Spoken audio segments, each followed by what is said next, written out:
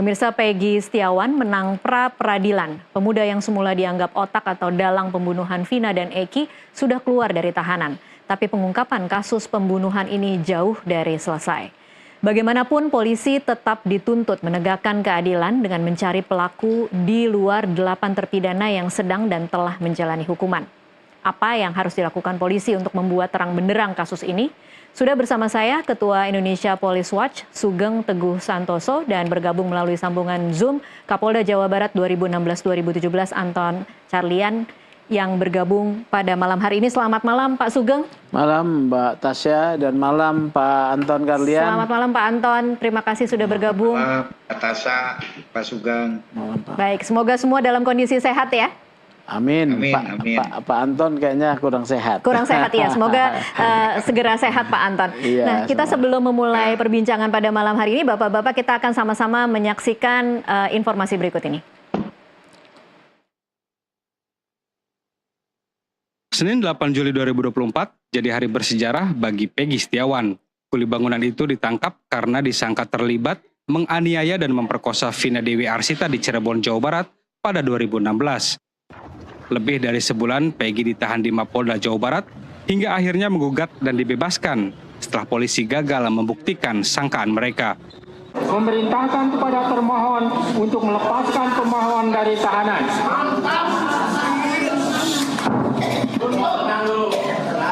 8. Memulihkan hak pemohon dalam kemampuan, kedudukan, dan harkat serta martabatnya seperti sedia kala. Dan 9. Membebankan biaya perkara kepada negara. Demikianlah diputus pada hari ini Senin, tanggal 8 Juli 2024 oleh Eman Sulaiman sebagai hakim tunggal. Usai Peggy bebas, tanda tanya besar masih ada, yakni siapa pembunuh Vina dan Eki? Bagaimana 3 buronan yang disebut di berita acara persidangan kasus Vina pada Mei 2017 lalu? Kenapa polisi tak mampu menangkap Peggy, Andi, dan Dani? Teman-teman juga sudah mengikuti tadi, dari beberapa pertimbangan hakim itulah menjadi masukan kami. Yang pertama tentunya evaluasi bagaimana implementasi Perkap dan Perpol tentang manajemen penyidikan. Hakim berpendapat bahwa ada beberapa hal yang tidak dipenuhi. Oleh sebab itu, kami dari Kompolnas tentunya ada 2 sisi. Di satu sisi, bagaimana evaluasi penanganannya. Di sisi lain, juga evaluasi tentang Perkap dan Perpol. Karena aturan itu tidak harga mati.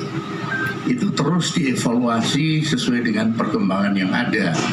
Jenis kasus tidak bisa dipukul rata. Satu Perkap dan Perpol tentang manajemen penyidikan ini tidak bisa semua kasus disamakan. Ada perbedaan. Oleh sebab itu kami melihat dari sisi sana. Evaluasi kinerja polisi ditunggu keluarga Vina dan Eki yang terus menuntut keadilan. Bukan salah tangkap karena tergesa-gesa saat menjadi kasus yang kembali ramai setelah kisahnya dijadikan cerita film layar lebar. Tim Liputan NTV melaporkan. Ya, pemirsa, kita langsung berbincang mengenai pasca putusan pra-peradilan Peggy Setiawan. Saya akan ke Pak Sugeng terlebih dahulu. Pak Sugeng, tanggung jawab apa yang kemudian harus dilakukan oleh Polda Jawa Barat?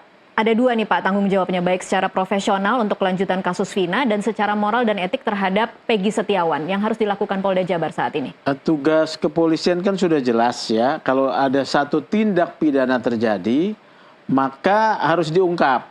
Ya, ada korban Vina dan Eki. Ya, nah berangkat dari kasus Peggy yang kemudian pra-peradilannya lepas, ya.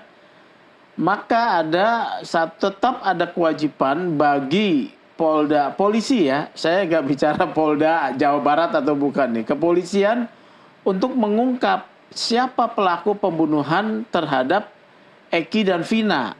Karena ini ada satu juga pendapat masyarakat bahwa 8 pelaku yang sudah dipidana, walaupun dia terpidana, mereka bukan pelakunya, ya. Oleh karena itu tugas kepolisian ini mulia sesungguhnya ya. Dalam hal mengungkap kejahatan ini tetap harus diungkap siapa pelakunya. Ingat ya, ada kasus Rian yang melakukan pembunuhan sesama jenis di Depok. Ketika dia ditangkap, ternyata itu mengungkap bahwa Di Jombang ya Pak? di Jombang ada 2 korbannya yang dibunuh oleh Rian, yang ditangkap diadili terpidana salah. Kemudian dibela oleh OCK Ligis waktu itu. Karena ada yang mengaku, maka yang 2 orang ini direhabilitasi. Baik. Ya. Ini bisa saja terjadi seperti itu, ya. Jadi menurut saya ada tugas mulia polisi mengungkap pelaku sesungguhnya. Saya berharap polisi tidak berkutat kepada berkas 8 terpidana yang sudah dipidana ini, ya, karena kasus Peggy juga berangkat dari berkas lama, ya, tapi memulai dari nol. Memulai dari nol, oke. Problemnya ini alat buktinya sudah 8 tahun, istilahnya sudah mulai menguap, ya, lemah, menjadi lemah kalau sudah menguap begitu, ya.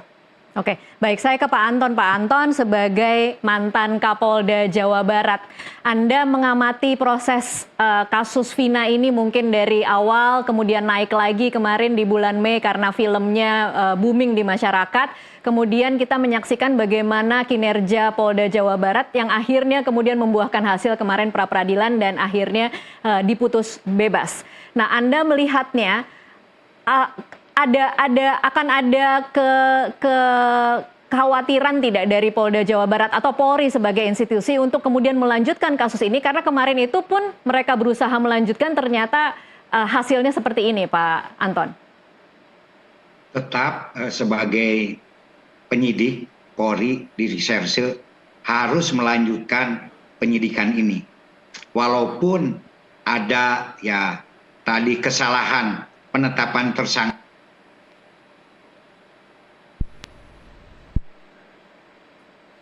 Pak Anton, mohon maaf audionya. Penyidikan ini. Namun dari hasil pra-peradilan ini yang salah satu poinnya bahwa harus juga menghentikan penyidikan kepada PS Peggy Setiawan, otomatis Polri di sini harus mencari tersangka lain selain Peggy Setiawan.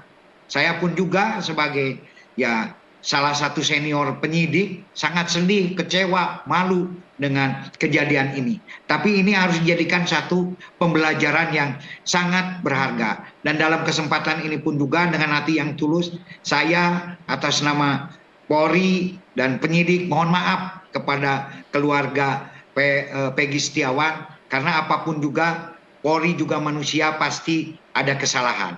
Namun untuk tindakan selanjutnya ini ada 2 versi kalau kita lihat peraturan Mahkamah Agung nomor 4 tahun 2016. Kalau tidak dihentikan penyidikannya, maka walaupun sudah dikabulkan bahwa yang bersangkutan itu bukan tersangka, penyidik masih bisa menetapkan sebagai tersangka kepada Peggy Setiawan. Tapi karena ini harus dihentikan penyidikan, otomatis harus diperiksa juga, yaitu ya Peggy Setiawan dan yang lain. Dan kedua, harus diperiksa juga kesaksian yang 6 orang. Karena mohon maaf, Polri pun juga menetapkan Peggy Peron sebagai Peggy Setiawan itu atas dasar keterangan saksi. Di mana keterangan saksi di sini ada 6 orang yang menyatakan bahwa Peggy Peron itu Peggy Setiawan, dari mulai Sudirman, Supriyanto, kemudian Galang, Singgih, Nilam, termasuk Aep. Itu ada 6 orang. Nah, ini harus diperdalam. Karena apabila keterangan saksi ini salah, akan menyesatkan juga kepolisian. Termasuk kalau kita lihat kasus Sengkon Karta. Sengkon Karta pun juga dulu itu tidak semata-mata kesalahan penyidik. Karena saat itu Sulaiman sebagai korban daripada perampokan berbicara kepada Ustadz Sirajuddin bahwa ketika dibawa ke rumah sakit kan masih bisa berbicara. Kalau saya mati, yang harus bertanggung jawab itu adalah Sengkon dan Karta. Jadi di sini ada kesaksian yang menjadikan polisi pun juga keliru. Makanya di sini kesaksian itu harus diperdalam kembali, terutama yang 6 orang.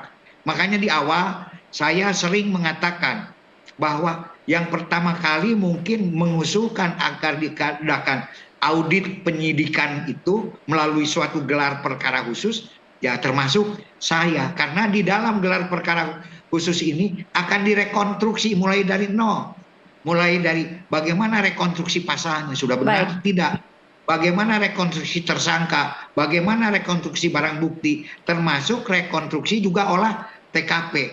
Nah di sini, tapi sekarang karena ini sudah menjadi keputusan daripada criminal justice system, yaitu ada jaksa dan juga ada hakim, dan di sana sudah ada berita acaranya yang 5 orang, yang 8 orang ini, makanya perlu diadakan eksaminasi. Bisa eksaminasi itu kan ada internal dan ada publik, tapi karena sekarang sudah menjadi perhatian khusus, boleh mengadakan eksaminasi khusus, yaitu untuk apa? Untuk menguji apakah tuntutannya itu benar, apakah keputusan prosedur penetapan itu benar atau tidak. Jadi harus melalui eksaminasi. Ini semuanya harus kita awali dari awal. Dari awal. Oke, baik. Polri harus tetap melaksanakan penyidikan karena di sana ada 3 DPO, di mana 3 DPO ini ya kemarin jadi rancu. Tapi apapun juga ini adalah sudah inkrah, dan 3 DPO itu harus dicari siapa sebetulnya 3 DPO. Karena kalau kita lihat dari hasil keputusan MA itu sendiri, Dani ada perannya, Andi ada perannya, Peron juga ada perannya. Baik, saya ke Pak Sugeng lagi. Pak Sugeng, ini kalau kita melihat bagaimana kinerja Polri, kalau Anda tadi tidak mau menspesifikasikan kepada Polda Jabar, karena memang Polda Jabar sudah diawasi oleh Kompolnas, kemudian sudah dapat asistensi dari Mabes Polri, sudah ada divisi Propam juga yang mengawasi, tetapi tetap kinerjanya seperti yang kita saksikan kemarin. Siapa yang kemudian bisa memastikan bahwa Polri akan kemudian bergerak menindaklanjuti kasus Vina ini dan tidak berhenti di kemarin? Ya tentu pimpinan Polri ya, Pak Kapolri ya. Pak Kapolri kan sudah menegaskan bahwa putusan daripada pra-peradilan ini akan diteliti dan didalami serta tetap ditindaklanjuti. Jadi Pak Kapolri, nah nanti Pak Kapolri memerintahkan Kapolda Jabar dan Dirkrim atau meminta Bareskrim yang mengambil alih, ya tergantung keputusan ya. Walaupun Bareskrim menyatakan tidak akan menarik kasus ini ya. Karena memang kasus ini kasus yang sudah menurut saya sulit dari awalnya. Karena ada menurut saya kesalahan prosedur. Pak Sugeng, tapi kalau Anda melihatnya pasca pra-peradilan, seharusnya ada yang bertanggung jawab tidak sih dengan semua kesalahan yang kemarin dijabarkan oleh hakim? Ya, kalau kita harusnya mau cari ada sanksi salahnya, tidak dengan Polda Jabar? Salahnya kan ini Bareskrim menyatakan akan mengevaluasi kinerja penyidik-penyidik ya. Ya silakanlah dievaluasi. Kalau menurut saya Polda Jabar itu ketika dia kemudian melakukan penangkapan itu juga karena tekanan publik ya. Ketekanan publik nih. Gara-gara film juga ya Pak? Iya ya, jadi ketika itu ya silakanlah internal. Saya tidak mau menyalahkan secara vulgar ya Polda Jabar ya. Karena kan harapan masyarakat untuk menemukan keadilan buat Vina dan Eki ya. Kemudian juga bahan yang tersedia hanya berkas perkara 2016. Jadi ketika mengambil langkah ada kekeliruan ya silakan atasannya menilai ya. Silakan. Saya nggak mau bilang, wah itu dicopot segala macam, janganlah. Kita di sini sedang mencari pelaku sesungguhnya. Karena kalau pelaku sesungguhnya bisa ketangkap, polisi juga akan membantu 8 orang yang sudah dipidana. Tapi bisa menurut Anda PK. tidak penting ya kemudian untuk membuka, kalau tadi Pak Anton juga mengatakan kan harusnya ada audit. Kalau Kompolnas bilangnya sudah ada audit, tetapi itu tidak pernah dibuka kepada publik. Nah ini problemnya ya soal transparansi ya. Kan Mabes Polri sudah mengatakan tidak ada kesalahan prosedur buat bapaknya Eki ya. Tapi kesalahan prosedur pasti ada pada penyidik dong. Karena begini, 31 Agustus ketika ayahnya Eki membuat laporan setengah 7 malam diperiksa BAP pertama kali, 8 orang itu sudah ditangkap. Disebutkan bahwa mereka mengakunya karena digebukin kok. Ya, itu saja kita tidak pernah dapat kejelasannya seperti apa. Iya. Kita akan lanjutkan di segmen selanjutnya, Pak Sugeng. Pak Anton ditahan dulu, nanti kita akan sambung di segmen berikutnya. Tetaplah bersama kami.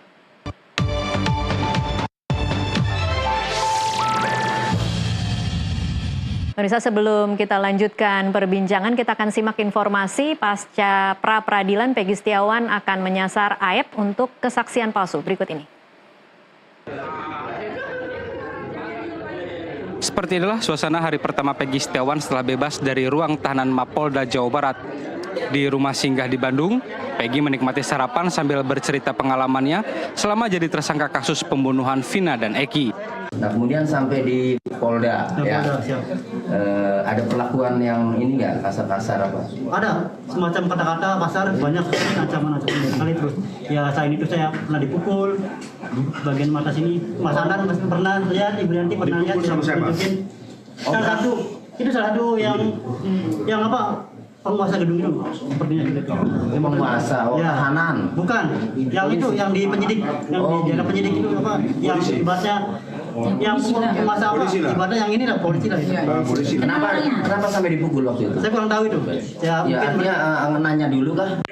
Tak hanya menuntut ganti rugi, Peggy juga menyasar sejumlah saksi yang dituding memberi keterangan palsu dalam sidang kasus Vina Mei 2017 lalu. Salah satunya AEP. AEP, kami akan laporkan ke Mabes Polri terkait keterangan palsu ini. Karena faktanya sudah penetapan tersangkanya sudah dinyatakan batal. Sehingga keterangan-keterangan yang tertuang ya itu laporan palsu ya, terutama yang melaporkan ini awalnya ya, kalau memang melaporkan adanya Peggy yang dimaksud adalah Peggy ini ya. Dalam berkas acara persidangan kasus pembunuhan Vina Dewi Arsita dan Muhammad Rizky Rudiana, dijelaskan peran AEP sebagai saksi. AEP melaporkan para terpidana yang berkumpul di dekat lokasi kejadian ke ayah Eki, Aibtu Rudiana, yang kemudian menangkap mereka pada 31 Agustus 2016. Kesaksian AEP menyinggung Rudiana, ayah korban Muhammad Rizky alias Eki, yang kini berpangkat Inspektur Polisi 1, Ibtu. Keterangan dari mereka diharapkan bisa membantu pengungkapan kasus Vina, yang hingga kini jadi tanda tanya sekaligus PR besar bagi polisi. Tim Liputan NTV melaporkan. Kita lanjutkan perbincangan saya ke Pak Anton ini untuk memberikan komentar. Pak Anton, perkembangan terbaru dari pengacara Peggy Setiawan akan melaporkan AEP untuk kesaksian palsu. Sementara kalau mungkin saya berpikirnya AEP ini kan bukannya memberikan keterangan di bawah tekanan juga, Pak Anton. Jadi bagaimana Anda melihatnya? Mohon maaf, audionya Pak Anton. Pak Anton, mohon maaf, audionya masih di mute sepertinya.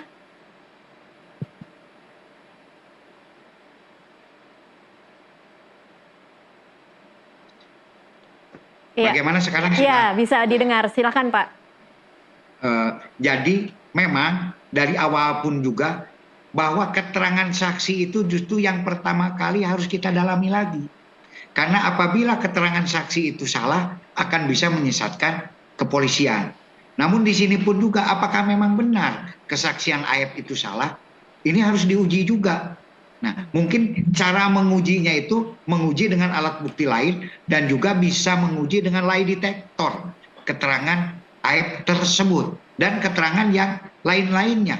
Dan apabila memang yang bersangkutan sudah memberikan kesaksian di depan sidang, karena sumpah palsu itu harus kesaksian di depan sidang pengadilan, bisa dituntut dengan sumpah palsu yang ancaman hukumannya 242 yaitu 9 tahun. Jadi memang harus didalami kembali kesaksian-kesaksian tersebut. Seperti tadi saya katakan, Sengkon Karta pun juga polisi bisa tersesat karena ada kesaksian yang menyatakan bahwa Sengkon dan Karta adalah pelakunya. Nah, Pak Anton, bagaimana kalau kemudian kesaksian AEP itu juga adalah kesaksian yang dihasilkan di bawah tekanan? Nah, ini pun juga harus diperiksa apakah betul di bawah tekanan. Karena kalau AEP itu tidak ada unsur-unsur kepentingan gitu kan, apakah betul di bawah tekanan atau tidak? Ini pun juga nanti kan bisa ditanyakan secara tersendiri oleh Itwasum ataupun juga Bareskrim tentang bagaimana dulu ketika dia memberikan keterangan. Nah, ini harus diuji semuanya. Nah, karena di sini kita belum masuk ke ranah sidang. Baik. Makanya tadi salah satu audit penyidikan itu ada rekonstruksi kesaksian juga. Jadi Baik. di sini hanya AF saja, tapi semua saksi-saksi, terutama yang 6 orang saksi ini, agar diuji benar nggak keterangannya, Baik. atau hanya menuruti kata-kata ada yang mengarahkan. Begitu Oke, kan? Pak Anton, saya ingin Anda memberikan gambaran sebagai orang yang pernah berada di Polda Jawa Barat. Kira-kira suasana kebatinan di Polda Jawa Barat itu seperti apa pasca atau selama kasus ini berlangsung, sehingga kemudian kalau dari mata publik terlihat sulit sekali untuk transparan tentang kasus Vina ini? Ya terus terang kalau suasana di dalam ini ya kecewa, sangat menyedihkan apabila bahkan kalau salah tangkap itu sendiri adalah kita dulu waktu di penyidikan sebelum disumpah jadi penyidik itu dikatakan kalau Anda salah menangkap itu pelanggaran HAM yang serius. Dan saya sebagai mantan penyidik pun juga ya sangat kecewa, malu lah. Ya, malu sekali gitu kan, karena ini sudah menjadi perhatian publik. Tapi selain malu, Pak Anton, harusnya ada konsekuensi tidak sih ketika Mabes Polri, ketika Kabid Hukum Polda Jabar kemarin mengatakan akan melakukan evaluasi. Haruskah evaluasi itu kemudian berupa sanksi dan kemudian dibuka kepada publik supaya kemudian bisa memulihkan lagi kepercayaan publik terhadap Polri? Ya, tentu saja. Di sini harus turun, ya makanya semua keputusan itu kan harus ada wadahnya, harus ada perangkatnya. Nah, di sini perangkatnya yang bisa menentukan di Polri adalah dengan Itwasum dan juga Propam, sehingga nanti jelas siapa yang salah menangkap. Kalau memang salah menangkap, itu kan akan dihukum. Siapa saja personel-personel penyidiknya ini, dari mana dia bisa salah demikian itu. Jadi di samping itu pun juga kan ada ganti rugi. Ya, ganti ruginya pun juga bagaimana? Walaupun ganti rugi pasti akan dibayar oleh negara. Tapi itu konsekuensi ini ya, ini sebagai sebuah pembelajaran yang sangat pahit. Agar ke depan tidak terjadi lagi yang demikian, harus check and recheck pasal 184 5 alat bukti yang sah itu betul-betul. Sehingga dengan demikian ini satu pembelajaran yang betul-betul luar biasa bagi Polri agar ke depan Polri betul-betul bisa kembali dipercaya masyarakat. Karena dengan adanya hal demikian otomatis mau tidak mau trust masyarakat kepada Polri atau penyidik akan turun, terutama dalam penegakan keadilan ini. Dan satu-satunya untuk membuktikannya harus mampu menangkap pelakunya. Siapa sebetulnya pelaku-pelaku yang terlibat di dalam pembunuhan Vina dan Eki itu tersebut. Baik. Sehingga dengan demikian pasti masyarakat akan apresiasi kalau memang betul-betul ada pelakunya. Dan di sini karena dihentikan, otomatis pelakunya itu adalah di luar Peggy Setiawan yang sekarang sudah dijadikan tersangka. Oke. Nah, itu baik. Yang besar bagi Polri sekarang itu. Oke, Pak Sugeng, harus mulai dari mana ketika Polri ingin memulihkan citra dalam kasus Peggy ini? dalam kasus Peggy ini? Kalau menurut saya harus diambil alih oleh Bareskrim ya. Dengan kemampuan yang lebih besar. Jadi ya. kemarin itu sekedar dipantau tidak cukup ya, harus diambil alih oleh Bareskrim. Kan kalau Polda Jabar ini sudah gagal ya, jadi harus ada penyidik baru. Nggak bisa lagi Polda Jabar karena yang sudah menyidik kan Dirkrim nih. Kalau misalnya apakah mau mengganti Dirkrim ya itu kan berarti yang namanya sanksi ya. Lebih baik ditarik ke Bareskrim. Bareskrim membentuk satu tim untuk melakukan penyelidikan dan penyidikan ulang.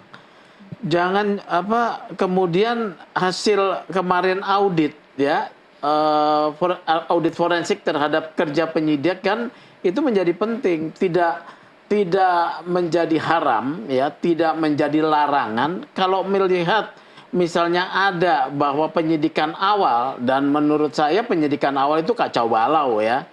Tapi karena memang jaksa dan hakimnya ini sudah sama aja, ya, maka mereka dipidana gitu ya. Nah, penyidikan awal kalau memang ada kekeliruan diperbaiki dari penyidikan awalnya gitu. Saya dari nol ya, saya tidak tahu dari mana, dari nol. Kalau misalnya itu kan olah TKP, tapi ini barang bukti sudah 8 tahun yang lalu, hampir tidak mungkin kemudian untuk olah TKP lagi, Pak Sugeng. Sudah bahan-bahannya dikumpulkannya itu. Tapi polisi Indonesia ini jago loh, ya. Pelan tapi. Jadi apa? Anda mau mengatakan ini masalah mau atau tidak mau? Iya. Okay. Ini polisi Indonesia punya kemampuan tinggi ya. Ya kita beri kepercayaan untuk bisa mengungkap. Karena nanti kalau diungkap ternyata benar pelakunya ada, kan itu membantu 8 orang yang sudah dipidana. Iya, kalau Anda melihatnya, melihat bagaimana kinerja Polri menghadapi serangan publik yang tidak percaya terhadap bagaimana penanganan kasus ini. Bagus menurut saya ya. Untuk kasus Vina ya, kecuali kasus yang di Sumatera Barat nih ya, agak kedodoran tuh ya. Kasus Vina ini bagus ya. Bagusnya di mana, Pak? Walaupun misalnya mengatakan tidak ada kekeliruan ya, tetapi tidak kontraproduktif menyalahkan masyarakat. Ya, itu kan cuman hanya menjadi perbedaan pendapat, kan tidak harus selalu sama. Oleh karena itu civil society harus memperkuat diri kan, melalui upaya-upayanya sendiri. Kalau polisi kan berdasarkan legalitas. Legalitasnya adalah putusan pengadilan yang telah berkekuatan tetap. Jadi itu biasa saja. Kita tidak bisa menghujat polisi ketika polisi mengatakan bahwa ini pelakunya, ya. Civil society atau masyarakat harus bisa kemudian mengimbangi. Tetapi polisi juga harus transparan dan membuka ruang, ya. Membuka ruang yaitu apa? Apabila ada fakta-fakta yang disampaikan oleh masyarakat harus diperiksa dan tidak boleh resisten, ya, dibuka semua faktanya. Jadi begitu loh. Kalau saat ini menurut Anda masih belum terbuka, masih belum transparan atau sudah cukup transparan? Ya sudah dibuka, tapi kan terjadi perbedaan. Kan kita tidak bisa memaksakan polisi harus mengikuti kita, ya. Tetapi ada check and balances yaitu kerja jaksa. Jaksa sudah mengembalikan tuh berkas, artinya jaksa nggak setuju.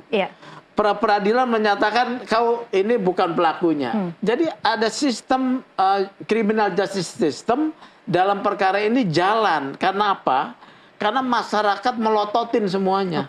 Ya, jadi orang kecil pun ternyata bisa dibela. Pak Sugeng, apa yang terjadi dengan berkas yang dikembalikan kejaksaan itu tidak bisa dipakai lagi atau masih bisa dilengkapi lagi atau seperti apa? Kan putusannya penetapan status tersangka Peggy tidak sah. Ya? Jadi tidak bisa dilanjutkan lagi. Tidak bisa dong dilanjutkan. Sudah gugur Peggy, berkas P19 itu ya. Tapi kalau mau didalamin, ini ada nih sebetulnya kalau kita mau dalamin. Yang dinilai oleh hakim pra-peradilan itu aspek formilnya.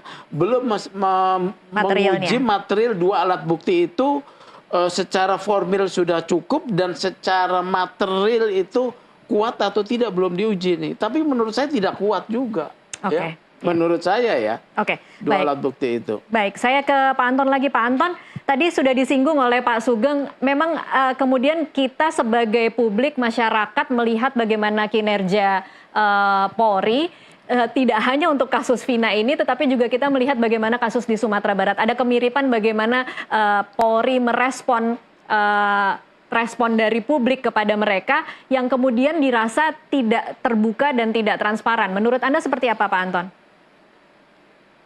Memang masalah penyidikan ini masalah transparan dan tidak, karena di dalam aspek penyidikan pun juga ada hal-hal yang perlu dirahasiakan. Ini tidak bisa juga terbuka secara setelanjang-telanjangnya kepada publik ini. Karena apabila dibuka secara sangat-sangat transparan, itu namanya bukan penyidikan.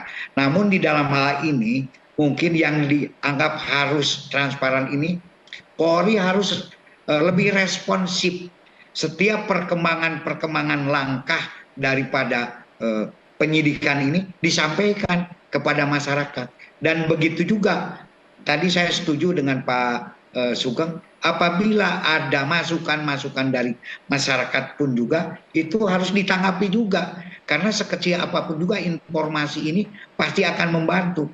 Dan bagi kami dan bagi Polri khususnya gitu, mantan anggota Polri, apapun sepahit apapun juga apa yang dikatakan masyarakat tentang Polri ini adalah sebuah bentuk kecintaan masyarakat yang menginginkan Polri kita ini bisa maju, bisa lebih baik. Makanya Kapolri bilang bahwa Polri itu tidak alergi terhadap kritik. Nah, di sini transparansi ini, nah sampai di mana ya justru di sini Humas harus lebih responsif memberikan informasi-informasi yang berkembang di masyarakat sehingga apapun juga informasi ini tidak menjadi liar. Informasi itu akan selalu diberikan keterangan-keterangan khususnya tentang bagaimana perkembangan penyidikan, bagaimana juga polisi-polisi yang mungkin dianggap keliru diberikan tindakan dan lain-lain untuk lebih ya menyehatkan organisasi Polri ini. Nah, itulah mungkin tentang masalah transparansi ini. Iya, baik. Humas memang mungkin jadi catatan kinerjanya karena kita pun di media agak kesulitan untuk mendapatkan akses kepada Humas, baik itu Humas Polda Jabar maupun Humas di Mabes Polri untuk memberikan keterangan soal kasus Vina. Itu mungkin yang memang menjadi catatan. Nanti kita akan lanjutkan di segmen selanjutnya, pemirsa tetaplah bersama kami.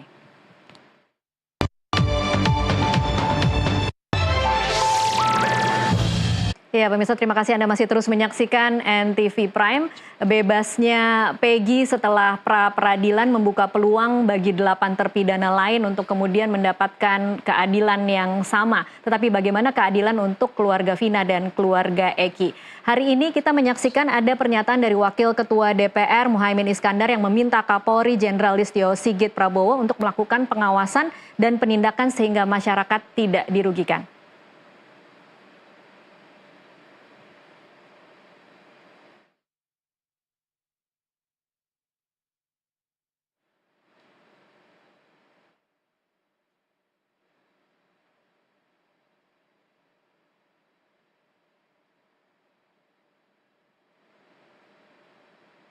Ya, ini menyedihkan. Saya minta kepada Kapolri untuk betul-betul melakukan pengawasan dan penindakan sehingga masyarakat tidak dirugikan, baik di Cirebon, di mana kemarin di Sumut dan di beberapa daerah lainnya. Ya, kita lanjutkan perbincangan. Saya kembali lagi ke Pak Sugeng. Pak Sugeng, bebasnya Peggy ini kan kemudian membuka peluang keadilan bagi 8 terpidana lain. Tetapi pertanyaannya bagaimana memberikan keadilan bagi keluarga Vina dan keluarga Eki. Karena hari ini seolah-olah kita tidak tahu apa-apa yang sebenarnya terjadi di 2016. Keadilan untuk keluarga Vina dan Eki, karena ini adalah satu peristiwa pidana, tentu menjadi beban dari Polri. Ya, beban Polri ya. Ini karena undang-undang nih, kewajiban karena undang-undang. Jadi itu kita serahkan kepada Polri ya. Kemudian terhadap yang 8 hanya memiliki memiliki kesempatan menurut hukum mengajukan PK ya. Saya menyarankan hati-hati mengajukan PK ya. Jangan gegabah gitu loh ya. Karena kalau seperti Saka Tatal tuh, mau segera mengajukan PK. Kalau PK berdasarkan ada 2 alasan. Satu, kekhilafan hakim kasasi. Kedua, bukti baru, novum ya. Novumnya apa nih? Harus diuji benar-benar. Karena kalau gagal, bahkan menjadi legitimasi dia pelaku. Ini hati-hati nih ya. Yang 8 juga hati-hati ya.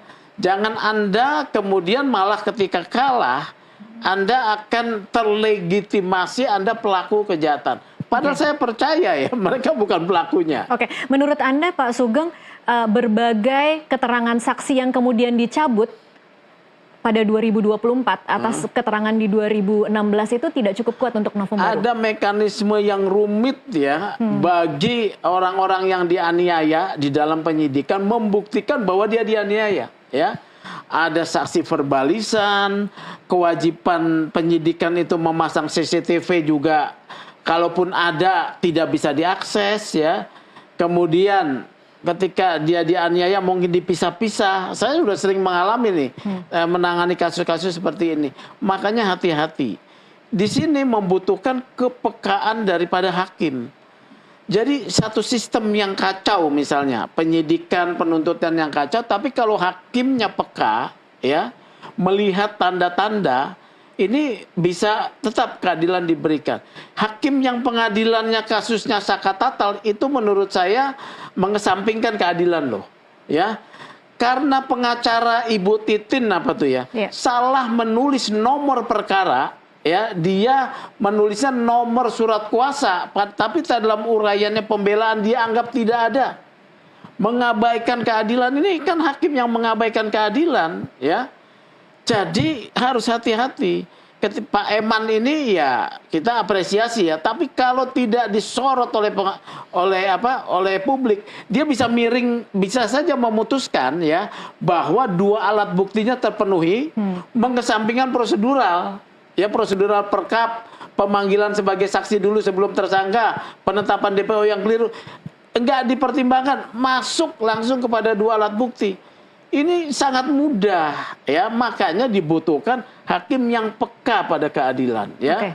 Hakim kita, aduh, walau bisawab, ya. Saya ini kenyang 34 tahun bersidang membela perkara, ya. Sedikit sekali, ya, yang memiliki hati nurani yang peka itu. Ya. Harus hati-hati ketika mengajukan PK. Saya ke Pak Anton. Pak Anton, apa kira-kira catatan Anda untuk 8 terpidana lain yang kemudian hari ini atau kemarin setelah ada putusan pra-peradilan Peggy seperti seolah-olah mendapat angin segar untuk bisa mengajukan PK? Ya, betul, memang karena kita negara hukum, jadi harus lewat jalur hukum juga. Ya, salah satunya adalah peninjauan kembali, di mana salah satu syarat peninjauan kembali itu adanya nopung atau bukti-bukti baru yang tidak disertakan pada kasus yang lama. Dan juga di dalam hal ini, karena ini sudah merupakan ranah criminal justice system, tadi ada Polri, ada jaksa, ada hakim. Jadi untuk mengoreksi bagaimana ya adanya kekeliruan tersebut, kita mungkin tidak bisa menjustis, tapi justru harus ada wadahnya yang mengoreksi kekeliruan tersebut. Ya, salah satunya melalui eksaminasi. Nah, justru dari eksaminasi itu, apabila nanti didapatkan satu kekeliruan, itu bisa juga mungkin ada celah untuk bisa masuk kepada nopung baru. Karena apapun juga yang 5 ini sudah diputuskan di tingkat peradilan, baik di tingkat pengadilan negeri, di tingkat pengadilan tinggi maupun Mahkamah Agung. Jadi apabila mau mengoreksi, ya harus ketiga-tiganya. Tidak bisa hanya hakim saja, tidak bisa hanya jaksa saja, tidak bisa hanya polisi saja, tapi harus ketiga-tiganya apabila memang dikatakan bahwa keputusan ini adalah keliru. Dan tugas dari Polri, apapun juga, harus mampu menemukan siapa tersangkanya, harus mampu menemukan peristiwa ini lebih terang benderang. Karena reverse itu kan menemukan kembali agar perkara ini bisa terang benderang dan menemukan tersangka yang sesungguhnya. Itulah Pak Anton. Ya, baik Pak Anton, kalau kemudian kita berharap eksaminasi misalnya, itu adalah harapan yang sangat ideal sekali, tetapi memastikan bahwa polisi akan melakukan itu. Kalau kita kemudian melihat bagaimana hari ini pun sebenarnya sudah di bawah pengawasan Kompolnas, kemudian Propam, asistensi Mabes Polri, apakah kemudian kita perlu berharap jangan-jangan harus DPR yang turun seperti tadi Pak Muhaimin Iskandar sudah memberikan keterangan agar kemudian bisa memberikan tekanan kepada Polri?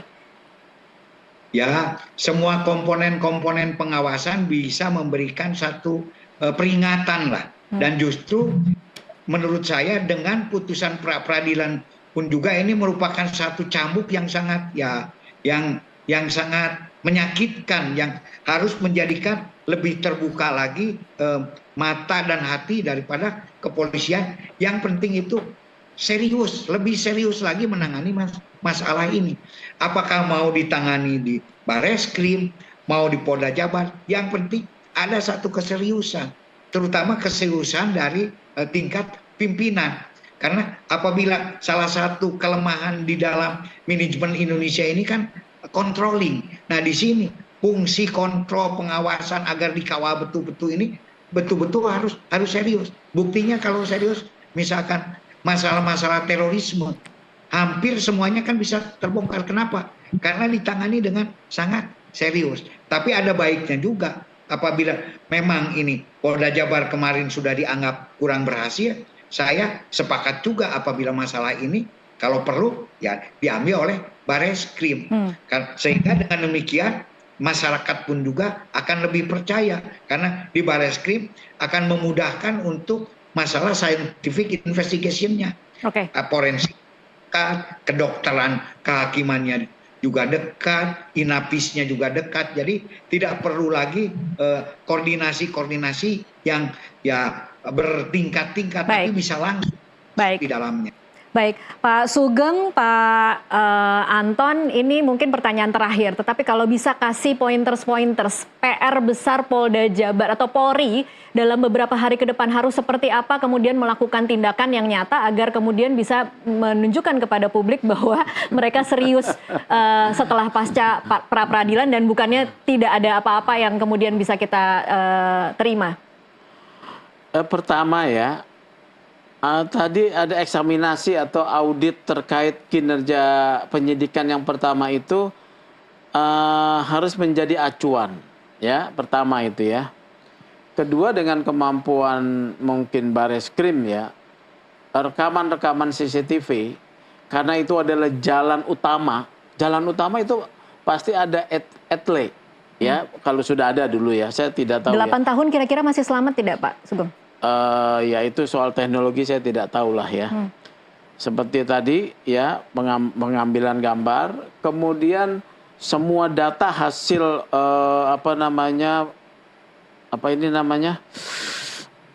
forensik ya, forensik terhadap jenazah itu dibuka kembali. Ya pokoknya dari nol lagi lah. Saya yakin bahwa polisi punya kemampuan. Jadi saya percayakan kepada polisian untuk mengungkap ini, tidak perlu tergesa-gesa ya. Publik memang berharap, tapi kita membutuhkan keadilan, bukan sekedar kecepatan pengungkapan. Itu saja. Oke, baik Pak Anton, mungkin kira-kira pointers atau poin-poin apa yang sangat mendesak untuk dilakukan Polda, untuk kemudian Polda atau Polri secara institusi untuk kemudian bisa menindaklanjuti pasca pra-peradilan? Ya, tetap Polri harus mengungkap dan membentuk tim khusus yang lebih menitik beratkan pada scientific investigation. Penetapan tersangka ini lemah karena kurangnya scientific investigation. Tidak ada sidik jari yang identik, tidak ada misalkan BTS di mana tempat-tempat tersangka ketika WA-nya atau HP-nya ada. Karena dengan scientific investigation, insya Allah pengungkapan ini akan lebih pasti, lebih akurat. Makanya kenapa di dalam masalah terorisme Polri bahkan dianggap sebagai salah satu yang terbaik di dunia, karena semuanya dilakukan dengan scientific investigation. Sementara kalau di sini justru lebih menitik beratkan kepada keterangan saksi, di mana keterangan saksi itu sendiri sebagaimana kita ketahui dari versi A ininya hitam, dari versi B putih, sehingga tidak ada satu keakuratan di dalam penyidikan. Jadi di sini betul tidak perlu cepat, yang penting tepat, dan juga Polri harus betul-betul serius bahwa ini pun juga bahwa kita ada korban Eki dengan Pina, di mana pasti ada pelakunya. Dan ini sudah jelas, ini peristiwa pembunuhan. Jadi pelaku itu harus tertangkap. Tapi pelaku yang sesungguhnya. Dan kenapa sekarang yang 8 orang bisa jadi terpidana, tersangka? Makanya saya juga sepakat. Ini juga harus diaudit. Kenapa sih dulu ini alasannya, bagaimana prosedurnya, bagaimana alasan-alasan hukumnya, sehingga bisa dijadikan tersangka. Ini pun juga harus diaudit lagi. Siapa tahu di sini pun juga ada kekeliruan-kekeliruan, dan dari kekeliruan-kekeliruan ini kita belajar agar penyidikan untuk lebih lanjut bisa terang benderang dan bisa secara scientific investigation. Baik, kita sama-sama menunggu langkah apa selanjutnya yang akan dilakukan oleh Polri pasca putusan pra-peradilan Peggy Setiawan. Tapi terima kasih Pak Anton dan juga Pak Sugeng untuk waktunya bersama kami di NTV Prime. Dan pemirsa, demikianlah. Pak Anton, sampai jumpa. Dan pemirsa, demikianlah NTV Prime kali ini. Saya Tasya Lutmila mewakili seluruh kerabat kerja yang bertugas mengucapkan terima kasih atas perhatian Anda. Sampai jumpa.